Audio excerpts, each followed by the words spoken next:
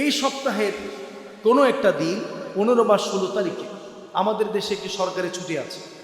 এটাকে বলা হয়ে থাকে আখিরি চাহার সোমবার। আপনারা শুনেছেন তো, এই শব্দ আপনাদের অনেকের কাছেই মুখস্থ আছে। আখিরি চাহার সোমবার। এই আখিরি চাহার সোমবার বলতে আসলে কি বোঝায়? আয়েশা বলছেন, তখন তার চোখ আস্তে করে বন্ধ হয়ে গেল, মুখ বন্ধ হয়ে গেল, তার সুন্দর চমৎকার দেহটা যেন নিথর দেহ, মৃতদেহের মতো আমার পায়ের মধ্যে এলিয়ে পড়ল। আমি বুঝতে পারলাম এই পৃথিবীর সবচাইতে দামি সম্পদ মুহাম্মদুর রাসূলুল্লাহ সাল্লাল্লাহু আলাইহি ওয়াসাল্লাম এই পৃথিবী থেকে বিদায় নিয়েছেন। দিনটা ছিল সোমবার। সূর্য অধিক গরম হওয়ার সময়, আনুমানিক সকাল 10টা থেকে 11টা, এই সময়টাতে রাসূল ইন্তেকাল করলেন এবং চন্দ্রবর্ষের হিসাবে তার বয়স ছিল 63 বছর 4 দিনের।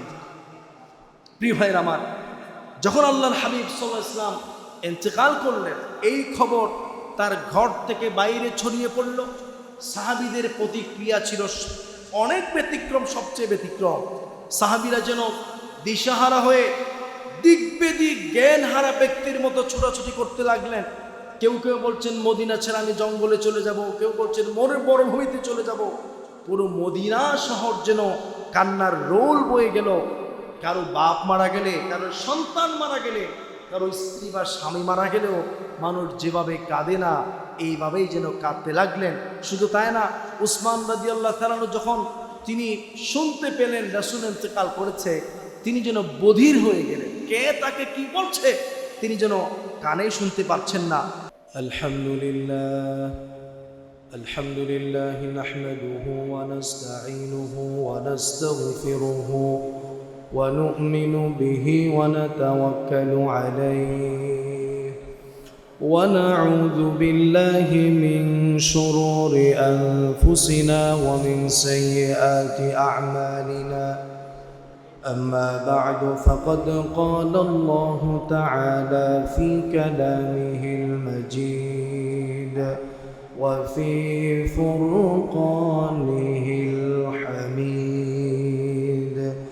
أعوذ بالله من الشيطان الرجيم. بسم الله الرحمن الرحيم. إن الله وملائكته يصلون على النبي يا أيها الذين آمنوا صلوا عليه وسلموا تسليما. اللهم صل على سيدنا مولانا محمد وعلى آل سيدنا مولانا محمد. بلغ العلا بكماله كشف الدجى بجماله حسنت جميع خصاله. صلوا عليه وآله. আল্লাহ সুবহানাহু ওয়া তাআলার দরবারে আমরা শুকরিয়া আদায় করি যে মহান রব্বুল আলামিন জুমার সালাত আদায় করার জন্য তার ঘর মসজিদে আমাদেরকে প্রথম সময়ে উপস্থিত হওয়ার তৌফিক দান করেছেন। আমরা সকলেই আল্লাহর দরবারে শুকরিয়া আদায় করি, সকলেই করি আলহামদুলিল্লাহ।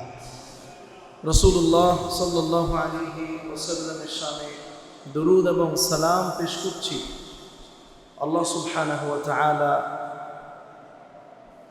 যাকে আমাদের পুরো জীবনের জন্য, জীবনের সকল দিক এবং বিভাগের জন্য তার পক্ষ থেকে আদর্শ ব্যক্তি হিসাবে নির্বাচন করে আমাদের কাছে পাঠিয়েছেন। সম্মানিত ভাইয়েরা, আমরা অবস্থান করছি আরবি সফর মাস এবং সফর মাসের একেবারে শেষের দিকে আমরা এখন অবস্থান করছি। রাসূলুল্লাহ সাল্লাল্লাহু আলাইহি ওয়াসাল্লাম তার হায়াতের শেষ সময়গুলো পার করেছেন সফর মাসে রবিউল আউয়াল মাসের প্রথম দিকে অর্থাৎ 12 রবিউল আউয়ালে আল্লাহ তাআলার ডাকে সাড়া দিয়ে তিনি পৃথিবী থেকে বিদায় নিয়েছেন। আজকের এই আলোচনায় আমরা আপনাদের সামনে আলোচনা করতে চাই রাসূল সাল্লাল্লাহু আলাইহি ওয়াসাল্লামের জীবনের শেষ দিনগুলো কিভাবে কেটেছে, তিনি কিভাবে এই পৃথিবী ত্যাগ করে আল্লাহর দরবারে চলে গেলেন। সেই হৃদয় বিদারক সময়গুলোর কোরআন সুন্নাহর আলোকে সংক্ষিপ্ত একটু বর্ণনা আপনাদের সামনে তুলে ধরতে চাই, যাতে করে রাসূল সাল্লাল্লাহু আলাইহি ওয়াসাল্লামের জীবনের শেষ সময়গুলো সম্পর্কে আমরা জানতে পারি। প্রিয় ভাইয়েরা, কারো ওপর যখন কোনো দায়িত্ব অর্পণ করার পরে ওই দায়িত্বে পূর্ণতা আসে, অর্পিত দায়িত্ব যখন পরিপূর্ণতা পায়, তখন ওই ব্যক্তিকে প্রস্থান করা বা তাকে নিয়ে যাওয়ার একটি স্বাভাবিক ঘটনা ঘটে। যে কাজে তাকে দায়িত্ব দেওয়া হলো, এ কাজ যখন পরিপূর্ণ হয়ে গেল, তখন আর ওই ব্যক্তিকে রাখার প্রয়োজনীয়তা দেখা যায় না। তেমনি বই মুহাম্মদ রাসূলুল্লাহ সাল্লাল্লাহু আলাইহি ওয়াসাল্লামকে আল্লাহ তাআলা এই পৃথিবীতে যে উদ্দেশ্যে পাঠিয়েছিলেন, সেই উদ্দেশ্যের পূর্ণতা যখন দেখা দিল, দ্বীনের প্রচার এবং প্রসারে যখন চতুর্দিকে ছড়িয়ে পড়ল, আল্লাহ সুবহানাহু ওয়া তাআলা মুহাম্মদ রাসূলুল্লাহ সাল্লাল্লাহু আলাইহি ওয়াসাল্লামকেও তার দরবারে নিয়ে যাওয়ার ব্যাপারে সিদ্ধান্ত নিলেন। এবং এই বিষয়টি আগে থেকে কিছুটা অনুমান করা যাচ্ছিল কিছু ঘটনার মাধ্যমে। যেমন আল্লাহ তাআলা সূরা নাসর নাজিল করেছেন, সেখানে আল্লাহ পাক কি বলছেন? আল্লাহ রাব্বুল আলামিন বলেন, ইযা জাআ নাসরুল্লাহি ওয়াল ফাথ ওয়া রাআইতান নাসা ইয়াদখুলুনা ফি দীনিল্লাহি আফওয়াজা। যখন আল্লাহর সাহায্য এবং বিজয় আসবে, তখন তুমি দেখবে লোকেরা দলে দলে একত্রে সম্মিলিতভাবে দ্বীনের দিকে আসছে, ঈমান গ্রহণ করছে, ইসলাম গ্রহণ করছে। সুতরাং তখন তুমি তোমার রবের পবিত্রতা বর্ণনা করে তাসবিহ করো আর তার কাছে ইস্তিগফার করো, কেননা আল্লাহ রাব্বুল আলামিন তওবা কবুলকারী। সুবহানাল্লাহ। এই সূরা যখন নাজিল হলো, সেখান থেকে বোঝা গেল যে দলে দলে লোকেরা ইসলামের দিকে আসবে, তার মানে হলো ইসলামের প্রচার প্রসারের পরিপূর্ণতায় যেন বিশ্বনবী পৌঁছে গেলেন। আর এই সূরা নাজিল হওয়ার মধ্য দিয়ে আল্লাহর হাবিবের দায়িত্বের পূর্ণতা আর পৃথিবী থেকে তার বিদায়ের বিষয়টাও আল্লাহ রাব্বুল আলামিন ইঙ্গিত দিলেন। শুধু তাই না, বিদায় হজে যখন বিশ্বনবী গিয়েছিলেন, আল্লাহ রাব্বুল আলামিন কোরআন আল কারীমে ইসলামের পরিপূর্ণতার বিধান দিয়ে তিনি আয়াত নাজিল করেছেন। আল্লাহ রাব্বুল আলামিন বলেন, আল ইয়াউমা আকমালতু লাকুম দীনাকুম ওয়া আতমামতু আলাইকুম নি'মাতি ওয়া রাদিতু লাকুমুল ইসলাম দীনা। আজ আমি আমার দ্বীনকে পরিপূর্ণ করে দিলাম। এর মধ্য দিয়ে ইসলাম যে পরিপূর্ণ হয়ে গেল, আল্লাহ সুবহানাহু ওয়া তাআলা যে ইসলাম আমাদেরকে দিয়েছেন তার পূর্ণতার ঘোষণা যখন বিদায় হজে আসতো, এখান থেকেও বোঝা যাচ্ছে যে মুহাম্মদ সাল্লাল্লাহু আলাইহি ওয়াসাল্লাম তিনি হয়তো পৃথিবীতে আর বেশি দিন থাকবেন না। প্রিয় ভাইরা আমার, আল্লাহর হাবিব প্রতি বছর রমজান মাসে 10 দিন করে ইতিকাফ করতেন। প্রত্যেক বছর রমজানে কোরআন আল কারীমের শুরু থেকে এ পর্যন্ত যতটুকু নাজিল হয়েছে, একবার জিবরিলের সাথে তিনি রিভিউ করতেন, রিভিশন করতেন। কিন্তু যে বছর তিনি ইন্তেকাল করলেন, হযরত আবু হুরায়রা বলেন, বিশ্বনবী ইন্তেকালের বছর 10 দিনের পরিবর্তে 20 দিন ইতিকাফ করলেন। কোরআন আল কারীম হযরত জিবরিল আলাইহিস সালামের সাথে একবার নয়, পুরো 30 পারা কোরআন জিবরিলের সাথে তিনি 2 বার রিভিশন করলেন। বিশ্বনবী জিবরিলকে 2 বার শোনালেন, হযরত জিবরিলও আল্লাহর হাবিবকে পুরা কোরআন 2 বার শুনিয়েছেন। এরপরে যখন বিশ্বনবী বিদায় হজে গেলেন, সেখানেও তিনি আরেকটি কথা বলেছিলেন, লিতাখুদু মানাসিকাকুম, তোমরা আমার কাছ থেকে হজের বিধিবিধানগুলো ভালো করে জেনে নাও, শিখে নাও। কেননা ফাইন্নী লা আদরি, আমি জানি না লাআল্লা লা আহুজ্জু বাদা হাজ্জাতি হাদিহি, এই বছরের হজের পরে আর কোনো হজ আমি আদায় করতে পারবো কিনা আমি জানি না। তার মানে এই বছরের হজ সম্ভবত আমার জন্য শেষ হজ। এরপর আল্লাহর নবী ইন্তেকালের কয়েকদিন আগে উহুদ যুদ্ধে যারা শহীদ হলো তাদের কবর জিয়ারত করলেন, তাদের জন্য দোয়া করলেন। এমনকি একদিন জান্নাতুল বাকিতেও গেলেন মৃত্যুর আগে। জান্নাতুল বাকির যারা সাহাবীরা অন্যান্য মানুষেরা সেখানে ছিলেন তাদের কবরও তিনি জিয়ারত করলেন। এসব কিছু ইঙ্গিত দিচ্ছে আল্লাহর হাবিব যেন পৃথিবী থেকে চলে যাওয়ার ব্যাপারে নিজের পরিপূর্ণ প্রস্তুতি গ্রহণ করছেন। সুবহানাল্লাহ। তিনি বিদায় নেবেন, তিনি চলে যাবেন। হিজরি 11 সালের সফর মাসের 29 তারিখে, দিনটা ছিল রোববার, আল্লাহর হাবিব জান্নাতুল বাকিতে জানাজার সালাত আদায় করে সেখানে কাফন দাফনে অংশগ্রহণ করার জন্য গেলেন। এই জান্নাতুল বাকিতে যাকে কবরস্থ করা হলো, কবর দিয়ে তিনি যখন ঘরে ফিরে আসবেন এমন সময় আল্লাহর হাবিবের প্রচণ্ড মাথা ব্যথা শুরু হলো। এত মাথা ব্যথা যে তার স্ত্রী তার মাথায় কাপড়ের পট্টি বেঁধে দিয়েছেন এবং এই মাথা ব্যথা 13 থেকে 14 দিন পর্যন্ত তিনি অসুস্থ ছিলেন। এমনকি এই চরম অসুস্থতা নিয়ে ইন্তেকালের আগে 11 দিন পর্যন্ত বিশ্বনবী সাল্লাল্লাহু আলাইহি ওয়াসাল্লাম মসজিদে ইমামতি করেছেন। প্রিয় ভাইরা আমার, আল্লাহর হাবিব যখন ইন্তেকাল করেন তার 4 দিন আগে বা 5 দিন আগে মসজিদে নববীতে নামাজ আদায় করলেন। নামাজের পরে তিনি মিম্বরে দাঁড়ালেন। তিনি যেন তার জীবনের শেষ খুতবা মসজিদে নববীতে দিচ্ছেন। সাহাবীরা তো আর সেটা জানে না। সাহাবীরা বলেন, আল্লাহর হাবিব খুতবার মধ্যে বললেন, ইন্নাল্লাহা খায়্যারা আবদান বাইনাদ দুনিয়া ওয়া বাইনা মা ইনদা। আল্লাহ রাব্বুল আলামিন তার এক বান্দাকে এই পৃথিবীর সমুদায় সম্পদ তাকে দেওয়ার ব্যাপারে ইখতিয়ার দিয়েছেন। আর তিনি তাকে সুযোগ দিলেন, হয়তো দুনিয়ার সব সম্পদ আমি তোমাকে দিব, আর না হয় তুমি আমার সাথে সাক্ষাৎ করবে। কিন্তু আল্লাহর সেই বান্দা দুনিয়ার সম্পদকে পছন্দ না করে তার মাবুদের সাথে সাক্ষাৎ করাকেই পছন্দ করলেন। এতটুকু রাসূল বলার পরে কেউ কিছু বুঝতে পারল না। কিন্তু জ্ঞানবৃদ্ধ বয়োবৃদ্ধ সাহাবী বিশ্বনবীর বন্ধু হযরত আবু বকর রাদিয়াল্লাহু তাআলা আনহু ছোট্ট শিশুর মতো কাঁদতে লাগলেন। কেননা তিনি বুঝে গিয়েছেন এই পৃথিবীর সকল সম্পদ তো আল্লাহ বিশ্ব নবীকেই দিতে চেয়েছিলেন, কিন্তু তিনি সেই সম্পদ নেন নাই। আল্লাহর সাথে সাক্ষাৎকে পছন্দ করলেন। তার মানে হলো আল্লাহর হাবিব সাল্লাল্লাহু আলাইহি ওয়াসাল্লাম হয়তো কিছু দিনের মধ্যেই আমাদের কাছ থেকে বিদায় নিয়ে চলে যাবে। আল্লাহর হাবিব হয়তো আমাদের কাছ থেকে বিদায় নেবে। সেই বক্তব্যে তিনি আরো চমৎকার কিছু নির্দেশনা, সতর্কতা উম্মতকে দিলেন। কি বললেন তিনি? আল্লাহর হাবিব সাল্লাল্লাহু আলাইহি ওয়াসাল্লাম বললেন, আমি যদি ইন্তেকাল করি তোমরা আমার কবরকে মসজিদ বানাবে না। কেননা পূর্ববর্তী উম্মতেরা তাদের নবীদের কবরকে মসজিদ বানিয়েছে। আল্লাহ তাআলা ওই জাতির উপর, ওই কওমের উপর, ওই ব্যক্তিদের উপর সবচাইতে বেশি রাগান্বিত থাকেন যারা কবরকে মসজিদ বানায়, ইবাদতের জায়গা বানায়। প্রিয় ভাইরা আমার, যে রাসূল তার উম্মতকে কবর কেন্দ্রিক ইবাদতগাহ বানাতে, কবরের ভিতরে সিজদা করতে, ইবাদত করতে নিষেধ করলেন, সেই উম্মতের রাহবাররা যখন মারা যায়, সেই উম্মত যখন মারা যায়, ওই মুসলমানের কবরকে কেন্দ্র করে আমাদের দেশে সিজদা আর ইবাদতের ব্যবস্থা আছে না নাই? আছে। অথচ ইসলাম এটি পছন্দ করে না। মসজিদ আলাদা, কবরস্থান আলাদা।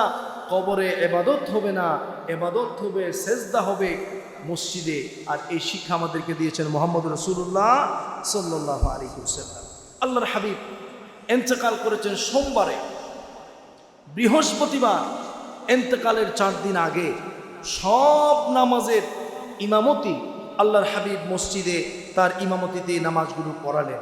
কিন্তু এশার নামাজের সময় তার অসুস্থতা এতটা বেড়ে গেল যে তিনি মসজিদে যাওয়ার শক্তি আর পেলেন না। তিনি ঘরের মধ্যে রয়ে গেলেন এবং এশার নামাজের জামাত, রাসূল আসবেন, মসজিদে নামাজ হবে। সাহাবায়ে কেরাম অপেক্ষা করতে লাগলেন জামাতের জন্য, কিন্তু কোনোভাবে রাসূলকে তারা পাচ্ছেন না। আল্লাহর হাবিব সাহস করতে পারছেন না। আল্লাহর হাবিব আয়েশাকে জিজ্ঞেস করলেন, আয়েশা, লোকজন কি নামাজ পড়ে ফেলেছে? লোকজন কি নামাজ পড়ে ফেলেছে? আয়েশা বললেন, ইয়া রাসূলুল্লাহ, তারা তো সালাত শেষ করেনি, তারা আপনার ইমামতির জন্য মসজিদে নববীতে অপেক্ষা করছে, সব মুসল্লিরা বসে আছে। আল্লাহর হাবিব সাল্লাল্লাহু আলাইহি ওয়াসাল্লাম বললেন, তাইলে আয়েশা, আমাকে একটু উজুর পানি দাও, আমি উজু করি, মসজিদে যাব, জামাতে নামাজ আদায় করব। আল্লাহর হাবিব উজু করার জন্য উঠতে চাইলেন, এমন সময় আবার বেহুশ হয়ে পড়ে গেলেন। আবার উঠলেন, এমন করে 2 থেকে 3 বার বেহুশ হয়ে গেলেন। কিন্তু উজু করে বৃহস্পতিবার এশার নামাজ মসজিদে পড়াবেন, এতটুকু শক্তি তিনি পেলেন না। তখন রাসূল আয়েশাকে বললেন, তোমার বাবাকে বলো তিনি যেন তার ইমামতিতে সাহাবীদেরকে নিয়ে নামাজ আদায় করেন। যখন আল্লাহর হাবিব এই নির্দেশ দিলেন আবু বকরকে নামাজ পড়াতে, মুহূর্তেই মসজিদে নববীর দৃশ্য পাল্টে গেল। হযরত আবু বকর যখন বিশ্বনবী বেঁচে থাকতেই, মসজিদের পাশে থাকতেই, যখন আবু বকর নামাজ পড়ানোর জন্য মসজিদের সামনে কাতারে দাঁড়িয়ে গেলেন, সাহাবীরাও তার পিছনে নামাজে দাঁড়ালো, কিন্তু সবার চোখে পানি। তারা ভাবতে লাগলো, সম্ভবত আল্লাহর হাবিবের পেছনে নামাজ পড়ার সৌভাগ্য আমাদের আর হবে না। আল্লাহর হাবিব বেঁচে থাকতে আরেকজন ইমামতি করছেন, আবু বকরও নামাজ পড়ালেন, সাহাবীরাও নামাজ পড়ালেন। কিন্তু এইভাবে বিশ্বনবী যখন অসুস্থ ছিলেন, আল্লাহর হাবিব বেঁচে থাকতেই 17 ওয়াক্ত নামাজের ইমামতি করেছেন হযরত আবু বকর সিদ্দিক রাদিয়াল্লাহু তাআলা আনহু। ইন্তেকালের 2 দিন আগে, মানে শনিবারে, আল্লাহর হাবিব কিছুটা সুস্থতা অনুভব করলেন, কিন্তু হাঁটতে পারে না। নামাজের যখন আজান হলো, যোহর নামাজের, সাহাবীদেরকে বলেন, আমি মসজিদে যাব, আমাকে নিয়ে যাও, কিন্তু দাঁড়াতে পারছেন না। 2 জন সাহাবীর কাঁধে ভর দিয়া বিশ্বনবী কোনোভাবে হেঁটে হেঁটে মসজিদের দিকে গেলেন। আবু বকর নামাজ পড়াচ্ছেন, কিন্তু বিশ্বনবী মসজিদে যখন আসছেন, আবু বকর দেখে তিনি চাইলেন পিছনে চলে আসতে। আল্লাহর হাবিব বললেন, না, তুমি নামাজ পড়াও। আবু বকর নামাজ পড়ালেন, কিন্তু বিশ্বনবী এই অসুস্থতায় নামাজের ইমামতিও করতে পারলেন না। ইন্তেকালের আগের দিন বিশ্বনবী সাল্লাল্লাহু আলাইহি ওয়াসাল্লাম তার যত দাস ছিল সবাইকে মুক্ত করে দিলেন। আয়েশাকে ডেকে বললেন, আমার কোনো সম্পদ বাকি আছে কিনা? বলে, আপনার কাছে 7টি স্বর্ণ মুদ্রা জমা আছে। আল্লাহর হাবিব বললেন, 7টা স্বর্ণ মুদ্রা দান করে দাও। আমি আল্লাহর দরবারে এমনভাবে হাজির হতে চাই না যে আমি আল্লাহর কাছে চলে গেলাম আর আমার সকল সম্পদ আল্লাহর জন্য দান করে আসলাম না। ওই 7টা স্বর্ণ মুদ্রাও দান করে দেওয়া হলো। বিশ্বনবীর যুদ্ধের ময়দানে ব্যবহারের যত অস্ত্র, বর্ম, উপকরণ যা ছিল সেগুলো রাষ্ট্রীয় পোশাকের দান করে দিলেন। এমন অবস্থা হলো, ইন্তেকালের আগের দিন রাত্রে বেলা ঘরের মধ্যে চেরাগ জ্বালাবে, ওই তেলটাও রাখলেন না, আর একটা ঘর থেকে ধার করে এনে চেরাগ জ্বালানো হলো। সুবহানাল্লাহ। এরপরে সোমবার, যেদিন বিশ্বনবী সাল্লাল্লাহু আলাইহি ওয়াসাল্লাম পৃথিবী থেকে বিদায় নিলেন, ফজর নামাজের জামাতে সাহাবীরা আসলো। প্রত্যেক ওয়াক্তে তারা আশা করেন বিশ্বনবী নামাজ পড়াতে আসবে। দীর্ঘ সময় অপেক্ষা করার পরে যখন দেখলেন রাসূল আসবে না, আবু বকর রাদিয়াল্লাহু তাআলা ইমামতিতে রবিউল আউয়াল মাসের 12 তারিখ সোমবার ফজর নামাজের ইমামতি শুরু হয়ে গেল। জামাত যখন শুরু হলো, আয়েশাকে জিজ্ঞেস করছেন, আয়েশা, নামাজ কি শুরু হয়েছে নাকি? বলে, হ্যাঁ, আপনার জন্য অপেক্ষা করে আমার বাবা আবু বকরের ইমামতিতে মসজিদে নববীতে নামাজের জামাত শুরু হয়ে গেছে। আল্লাহর হাবিব বললেন, তাইলে ঘরের পর্দাটা একটু উঠিয়ে দাও, আমি তো নামাজে যেতে পারছি না, অন্তত নামাজের দৃশ্যটা আমি একটু দেখি। বিশ্বনবীর ঘরের পর্দা সরিয়ে দেওয়া হলো। মাথা একটু ঘুরিয়ে আল্লাহর হাবিব মসজিদে নববীর ফজরের নামাজের দৃশ্যটা দেখলেন। আর আয়েশা দেখতে পেলেন আল্লাহর হাবিবের চোখ থেকে পানি ঝরে পড়ছে। আয়েশা বললেন, ইয়া রাসূলুল্লাহ, নামাজের দৃশ্য দেখে চোখে কেন পানি এলো? আল্লাহর হাবিব বললেন, আয়েশা রে, এই যে আমার অনুপস্থিতিতে নামাজের জামাত এই পরিবেশ সৃষ্টি করার জন্য তায়েফের ময়দানে আমাকে রক্ত ঝরাতে হয়েছে, ওহুদে দান্দান মুবারক শহীদ করা হলো, আমার কত সাহাবীদের জীবন গেল।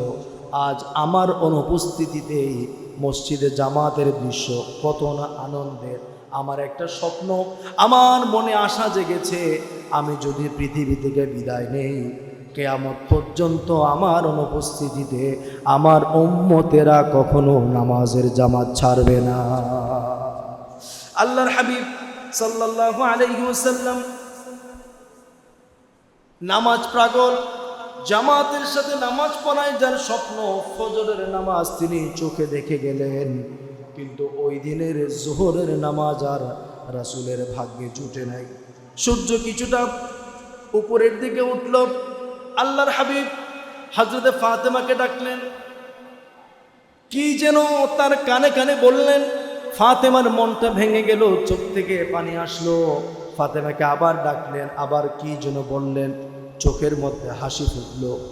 আয়েশা জিজ্ঞেস করছেন, আপনি কাঁদলেন কেন, আবার হাসলেন কেন? আল্লাহর হাবিব আমাকে বলেছে, ফাতেমা তোমার বাবার অনেক কষ্ট হচ্ছে, আর আজকের পরে তোমার বাবার আর কষ্ট হবে না। সম্ভবত আজকের দিনে তোমার বাবা পৃথিবী থেকে বিদায় নেবে। আমার কাছ থেকে আমার বাবা বিদায় নিয়েছেন, আবার হাসলে কেন? আমি যখন কাঁদলাম, আমার বাবা আমাকে বললেন, ফাতেমা চিন্তা করো না, আমার ইন্তেকালের পরে মদিনাতে সবার আগে তোমার সাথেই কবরে আমার দেখা হয়ে যাবে। মানে আমার ইন্তেকালের পরে তোমার আগে মদিনাতে আর কেউ মরবে না, তুমি আগে মারা যাবা, এরপর তোমার সাথে আমার কবরে দেখা হবে। এরপর আল্লাহর হাবিব সাল্লাল্লাহু আলাইহি ওয়াসাল্লাম এক এক করে তার স্ত্রীদেরকে ডাকলেন, সকল স্ত্রীদেরকে ডাকলেন, সবার সাথে জীবনের শেষ কথা তিনি বললেন। তার নাতি নাতনিদেরকে ডাকলেন, হাসান হুসাইন সহ পরিবারের সদস্য যারা আছে তাদেরকে ডাকলেন। আর সকাল থেকে যখন আস্তে আস্তে সূর্য উপরের দিকে উঠছে, তার মাথার ব্যথাও যেন ততটা বাড়তে লাগলো। প্রিয় ভাইরা আমার, তখন তিনি বললেন, খায়বারের যুদ্ধের সময় একজন ইহুদি মহিলা আমাকে বিষ মিশ্রিত একটি ছাগলের রান খেতে দিয়েছিল। আমি যখন মুখে দিলাম বুঝতে পারলাম সেখানে বিষ আছে, আমি ফেলে দিয়েছি।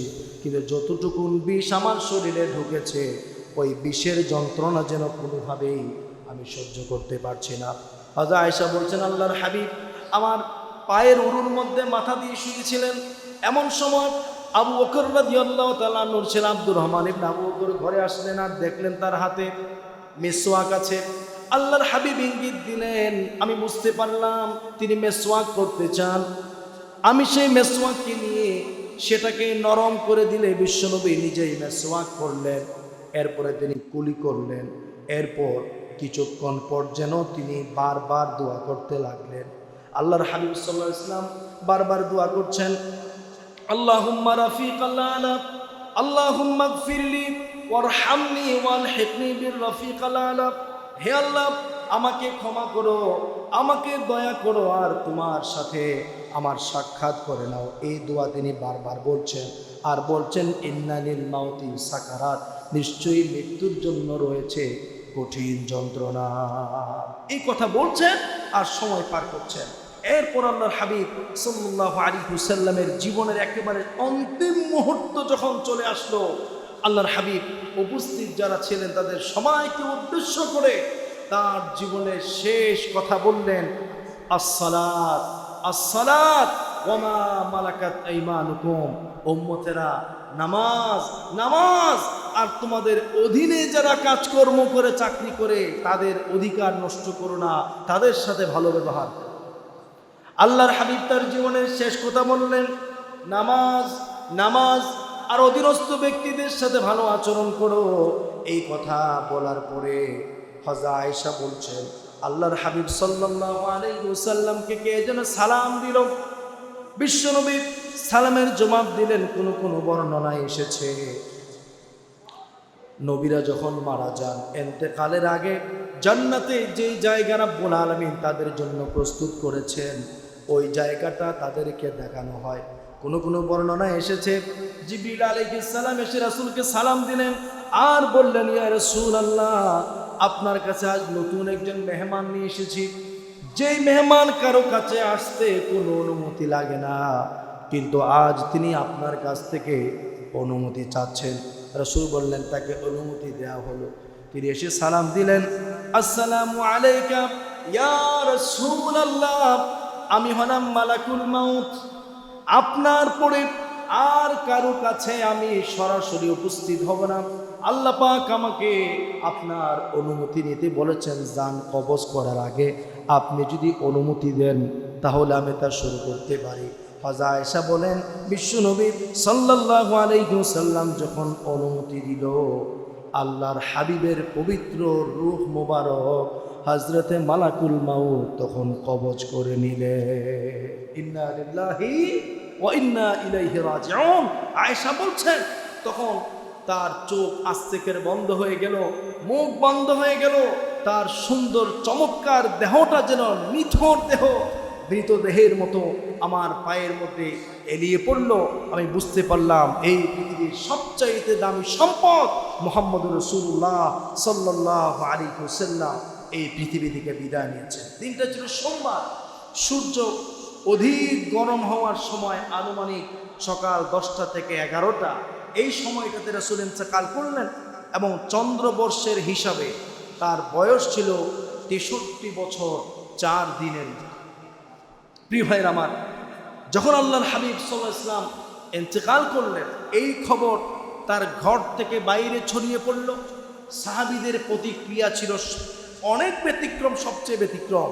সাহাবীরা যেন দিশাহারা হয়ে দিকবেদিক জ্ঞানহারা ব্যক্তির মতো ছোটাছুটি করতে লাগলেন। কেউ কেউ বলছেন মদিনা ছেড়ে আমি জঙ্গলে চলে যাব, কেউ বলছেন মনের মরুভূমিতে চলে যাব। পুরো মদিনা শহর যেন কান্নার রোল বয়ে গেল। কারো বাপ মারা গেলে, কারো সন্তান মারা গেলে, কারো স্ত্রী বা স্বামী মারা গেলেও মানুষ যেভাবে কাঁদে না, এইভাবেই যেন কাঁদতে লাগলেন।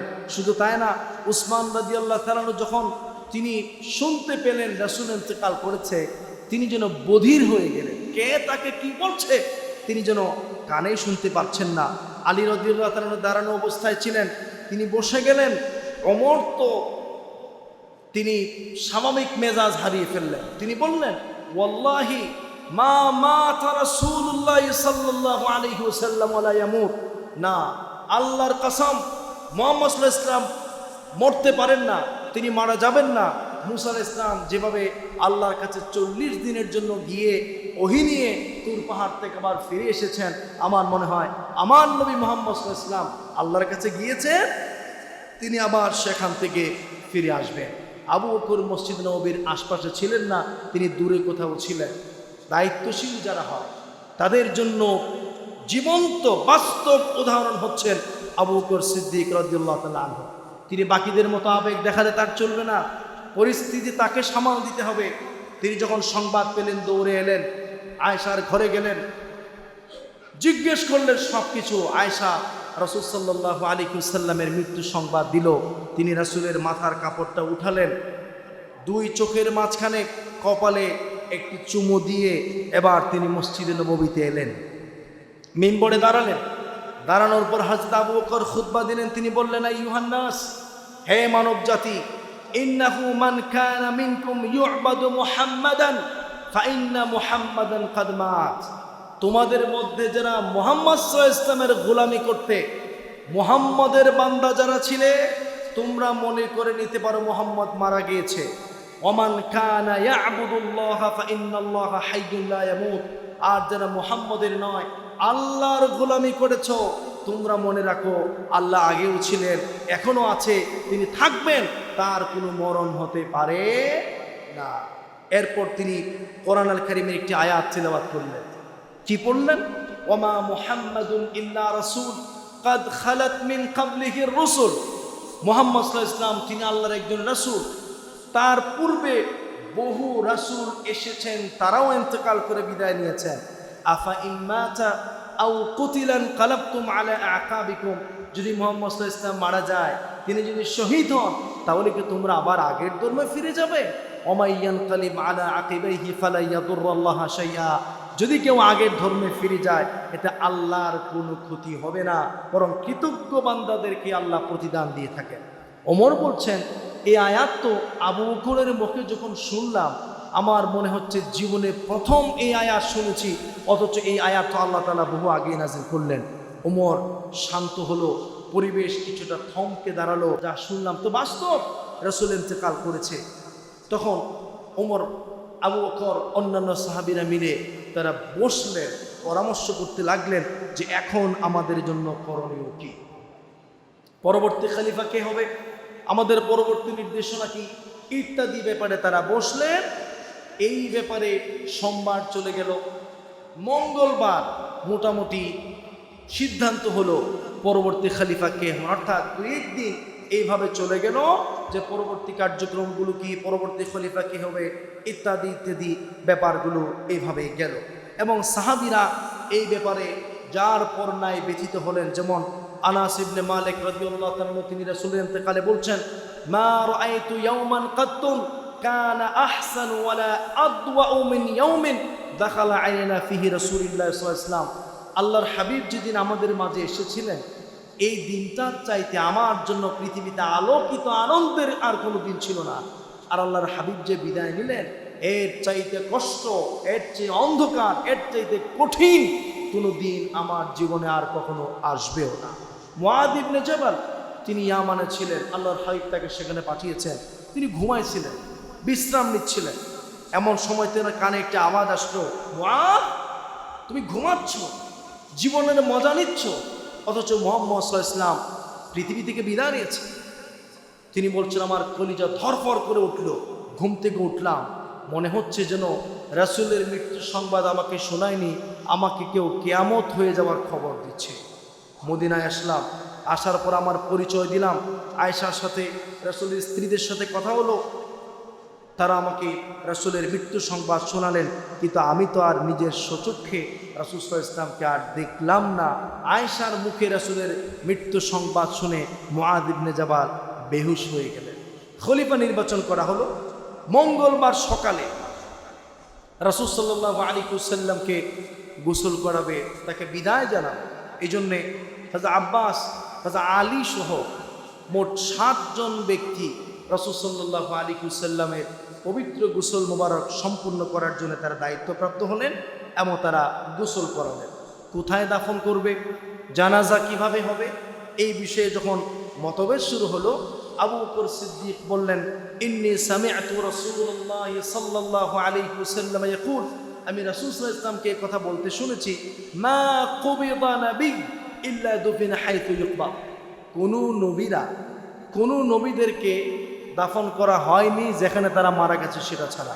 মানে নবী যেই জায়গায় ইন্তেকাল করেন ওই জায়গাতেই তার কি হবে, কবর হবে। তার মানে আয়েশা রাদিয়াল্লাহু তাআলা আনহার যেই ঘরে আল্লাহর হাবিব সাল্লাল্লাহু আলাইহি ওয়াসাল্লাম বিদায় নিয়েছেন ওই ঘরেই তাকে দাফন করা হবে। সেই সিদ্ধান্ত হলো। জানাজা আল্লাহর হাবিবের উপর কে ইমামতি করবে? তিনিই তো সমস্ত ইমামদের ইমাম, নবীদেরও ইমাম। সুতরাং সিদ্ধান্ত হলো জানাজার নামাজের জামাত হবে না, 10 জন 10 জন, 20 জন 20 জন বা যতটুকু সম্ভব লোকজন আসবে, একা একা রাসূল সাল্লাল্লাহু আলাইহি ওয়াসাল্লামের পবিত্র দেহ মোবারককে সামনে রেখে নিজ দায়িত্বে জানাজার সালাত পড়া হবে। জানাজা এত দীর্ঘ হলো যে মঙ্গলবার অনেক রাত পর্যন্ত হয়ে গেল জানাজা শেষ হতে।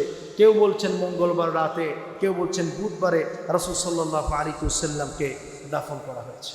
প্রিয় ভাইয়ের আমার, এই ছিল আল্লাহর হাবিব সাল্লাল্লাহু আলাইহি ওয়াসাল্লামের জীবনের শেষ সময়। আমরা এই জায়গাতে আপনাদের সামনে দুইটি কথা বলতে চাই। সম্ভবত এই সপ্তাহের কোনো একটা দিন 15 বা 16 তারিখে আমাদের দেশে একটি সরকারি ছুটি আছে। এটাকে বলা হয়ে থাকে আখিরি চাহার সোমবার। আপনারা শুনেছেন তো, এই শব্দ আপনাদের অনেকের কাছেই মুখস্থ আছে। আখিরি চাহার সোমবার। এই আখিরি চাহার সোমবার বলতে আসলে কি বোঝায়?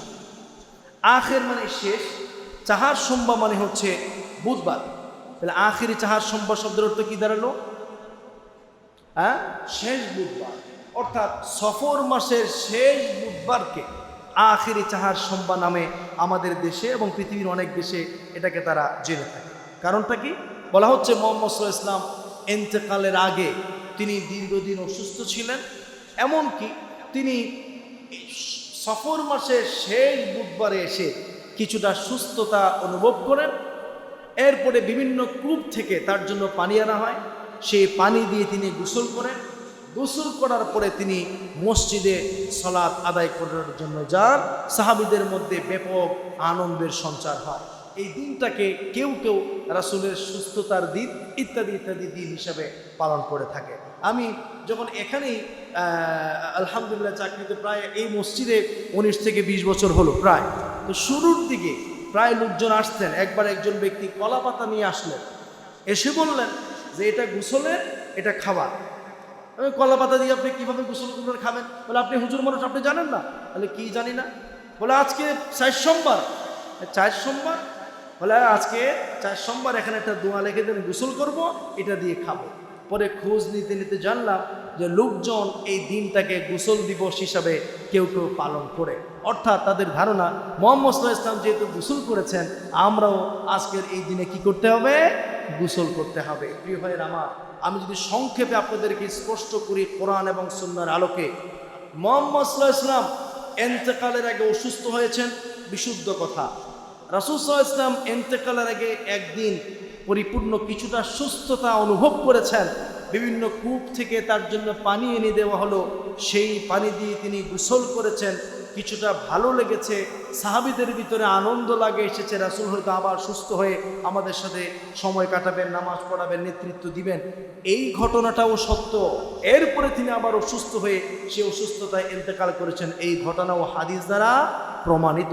কিন্তু আমি আপনাদের সামনে যে বর্ণনা দিলাম, বিশুদ্ধ হাদিসের আলোকে এই বর্ণনা এ কথা বলে না এই অসুস্থতা সফর মাসের শেষ বুধবার ছিল, বরং এই অসুস্থতা ছিল রাসূল সাল্লাল্লাহু আলাইহি ওয়াসাল্লামের ইন্তেকালের 3-4 দিন আগে অথবা 2-1 দিন আগে, সম্ভবত সেটা বৃহস্পতিবার অথবা শনিবার।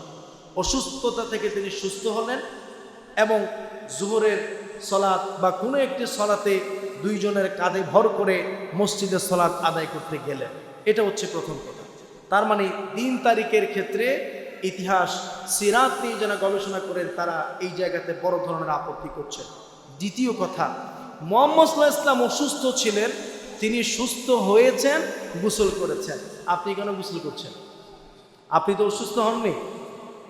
অথবা রাসূল সাল্লাল্লাহু আলাইহি ওয়াসাল্লামকে এই কথা বলেছেন কিনা যাওয়ার সময়, অথবা রাসূলের ইন্তেকালের পরে আবু বকর, ওমর, উসমান, আলী, হাসান, হুসাইন অথবা আবু হুরায়রা, বিখ্যাত বিখ্যাত সাহাবী যারা, আশারায়ে মুবাশশারা যারা, অথবা 4 মাযহাবের ইমামের কথা বলেন, মুহাদ্দিস যারা, ফকিহ যারা, তাদের ইতিহাস খুঁজেন। তারা কি সফর মাসের এই বুধবারে গোসল করতেন? সফর মাসের এই বুধবারে কি তারা আনন্দ প্রকাশ করতেন, ভালো খাবার প্রস্তুত করতেন? না। বরং আমরা এটি ইতিহাস হিসাবে জানতে পারি যে রাসূল সাল্লাল্লাহু আলাইহি ওয়াসাল্লামের অন্তিম দিনগুলো কিভাবে কেটেছে। এটা হচ্ছে জানার বিষয়। রাসূলের প্রতি ভালোবাসা থেকে আপনি ইতিহাস জানতে পারেন। কিন্তু ওই দিন গোসল করা, কলা পাতায় দোয়া লেখা, এমনকি আমি দেখেছি সেই দিন মুরগি জবাই ইত্যাদি ইত্যাদি কত কিছু চলে। সুতরাং আখিরি চাহার সম্ভব বলতে যদি সফর মাসের শেষ বুধবারকে বলা হয়, যা বাংলাদেশি স্কুলগুলো কলেজগুলো সেদিন বন্ধ থাকে, তাহলে আমরা বলবো বিশুদ্ধ হাদিস এবং সিরাতের বিশুদ্ধ তথ্যের সাথে এই দিনের কোনো মিল নাই। কিন্তু ঘটনাটা সত্য না মিথ্যা? ঘটনা সত্য, কিন্তু এই দিনে না। দ্বিতীয়ত, এই দিনকে কেন্দ্র করে যে আমলগুলো আমাদের সমাজে প্রচলিত আছে, এই আমলগুলো কোরআন সুন্নাহর আলোকে কোনো ভিত্তি খুঁজে পাওয়া যাবে না। সুতরাং প্রিয় ভাইয়ের আমার, আল্লাহর কাছে তৌফিক চাই, মুহাম্মদ সাল্লাল্লাহু আলাইহি ওয়াসাল্লাম যেভাবে সুন্দরভাবে এবং পৃথিবীর সবচেয়ে সুন্দর পদ্ধতিতে আল্লাহর ডাকে তিনি সাড়া দিয়ে চলে গেলেন, আল্লাহ যেন আমাদের জীবনের শেষ সময়টাকে সুন্দর করে দেন, উত্তম করে দেন। সবাই বলে আমিন। প্রিয় ভাইরা, সফর মাস যাচ্ছে, এরপর আসছে আবার কোন মাস? রবিউল আউয়াল। তো রবিউল আউয়াল মাস আসলে আমাদের সবার মধ্যে কেমন যেন একটা নবী প্রেম, রাসূলের প্রতি ভালোবাসা আমাদের প্রত্যেকের হৃদয়ে জাগ্রত হয়। এই জন্য কবি আক্ষেপ করে বলেছেন, যে রবিউল আউয়াল এলে তোমায় ভালোবাসি, আর রবিউল আউয়াল গেলে তোমাকে ভুলে যায়। অর্থাৎ আমরা যেন রাসূল প্রেমটাকে রবিউল আউয়ালের সাথে মিলিয়ে নিয়েছি, তো এটা আসলে ঠিক না। বরং রাসূল সাল্লাল্লাহু আলাইহি ওয়াসাল্লামের ভালোবাসা 1 মাস নাকি 12 মাস। একজন সাহিত্যিক একটি বই লিখেছেন, আপনারা পড়তে পারেন, আমি তোমায় 12 মাস ভালোবাসি। মুহাম্মদ সাল্লাল্লাহু আলাইহি ওয়াসাল্লামকে উদ্দেশ্য করে বলছে যে শুধু রবিউল আউয়াল আসলে মিলাদুন নবীর মাহফিল, সিরাতুন নবীর মাহফিল, এটা না। আমাদের মধ্যে সিরাত চর্চা 1 মাস চলবে না, চলবে কত মাস? 12 মাস। সপ্তাহের 7 দিন 24 ঘন্টা এটি হচ্ছে আমাদের সিরাত প্রেম। তারপরেও যেহেতু আমাদের দেশে একটি চমৎকার কালচার প্রতিষ্ঠিত হয়েছে, আমরা এই কালচারের বিরোধিতা করছি না, বরং আমরা বলবো রবিউল আউয়ালকে না রেখে বরং 12 মাসেই যেন এই চর্চা থাকে। প্রথমবারের মতো আমাদের মসজিদ কমিটির উদ্যোগে একটি চমৎকার আয়োজন আমরা করতে যাচ্ছি। প্রত্যেক বছর রবিউল আউয়ালকে কেন্দ্র করে আমাদের মসজিদ আলহামদুলিল্লাহ একটি মাহফিল হয়। এই বছরও ইনশাআল্লাহ সে মাহফিল হবে। আপনারা জানতে পারবেন যে 12 রবিউল আউয়াল তো সব জায়গায় করে, আমরা একদিন পিছিয়ে এর পরের যে শুক্রবার 28 তারিখ, সম্ভবত 28 তারিখ জুমার দিন আমাদের মসজিদে এশার নামাজের পরে আমরা মাহফিলের আয়োজন করেছি। কিন্তু এই মাহফিলের সাথে এবার ব্যতিক্রম হলো যে মিলাদুন নবী বা সিরাতুন নবী বা যাই বলি রবিউল আউয়াল উপলক্ষে আমরা আমাদের নন্দন হাউজিং সোসাইটির প্লট মালিক, নন্দন হাউজিং সোসাইটিতে প্রত্যেকটা ভবনে যারা থাকেন, এক কথা এখানকার বসবাসকারী যারা, তাদের সন্তানদেরকে নিয়ে ইসলামী সাংস্কৃতিক প্রতিযোগিতার একটা আয়োজন করা হয়েছে। অর্থাৎ যারা এই সোসাইটিতে থাকেন, সেখানে আমাদের ছোট সন্তানেরা, ছেলেরা ক্লাস 9 পর্যন্ত এবং মেয়েরা ক্লাস 6 পর্যন্ত যারা আছেন, তারা রাসূল সাল্লাল্লাহু আলাইহি ইসলামের এই আগমন অথবা বিদায়ের মাস উপলক্ষে সাংস্কৃতিক প্রতিযোগিতায় তারা অংশগ্রহণ করতে পারবে। তারা কোরআন তেলাওয়াত, ইসলামী সঙ্গীত মানে হামদ, নাত ইত্যাদি, এবং আযান ছেলেদের জন্য, তাইলে মেয়েদের জন্য 2টো আর ছেলেদের জন্য 3টার সর্বোচ্চ একজন 2টাতে অংশগ্রহণ করতে পারবে। এই পদ্ধতিতে আমরা একটি প্রতিযোগিতার আয়োজন করেছি। আমাদের কাছে এই প্রতিযোগিতায় অংশগ্রহণের জন্য ছোট্ট একটি ফর্মও পাওয়া যাবে। মসজিদ কমিটির সদস্য অথবা আমরা ইমাম, মুয়াজ্জিন, খাদেম যারা আছি, বিনামূল্যে এই ফর্মটা নেওয়া যাবে। আপনারা এই ফর্ম নিয়ে সেটা ফিল আপ করে আমাদের কাছে জমা দিবেন। উদ্দেশ্য হলো যে রবিউল আউয়াল অথবা যাই বলি আমরা, একটাকে উপলক্ষ করে আমাদের সন্তানদের মধ্যে একটু কোরআন তিলাওয়াতের চর্চা হবে, একটু ইসলামী সঙ্গীত, গজল, হামনা তারা একটু মুখে মুখে বলবে, একটু আযান যেটা আমাদের প্রত্যেকের জানা থাকা দরকার এটার প্র্যাকটিস করবে। এটার প্রতিযোগিতাটা হবে মাহফিল যেদিন শুক্রবার, সেদিন দুপুর 3টা থেকে মাগরিব পর্যন্ত। প্রতিযোগিতার পরে যারা এখানে অংশগ্রহণ করবেন, প্রত্যেক অংশগ্রহণকারীদেরকে আমরা একটা পুরস্কার দেব। কিন্তু যারা ফার্স্ট, সেকেন্ড, থার্ড হবে, পজিশনে যারা আসবেন, তাদের জন্য আকর্ষণীয় পুরস্কারের ব্যবস্থা রয়েছে। মাহফিলে অতিথিদের কাছ থেকে তারা পুরস্কার নেবেন। আমরা আশা করি আমাদের প্রত্যেকের সন্তানেরা যারা অন্তত এই সোসাইটিতে আছি, প্রত্যেককে পারক না পারক এই উসিলায় একটু কোরআনটা শিখান, একটা গজল শিখান, আজানটা একটু প্র্যাকটিস করান। এতে আমাদের ঈমান আমলে আল্লাহ তাআলা বরকত দিবেন, এই আশা রেখে আমি আমার কথা এখানে শেষ করছি। আইইউবি মিডিয়া, অপসংস্কৃতি মুক্ত আধুনিক ভিডিও সেন্টার।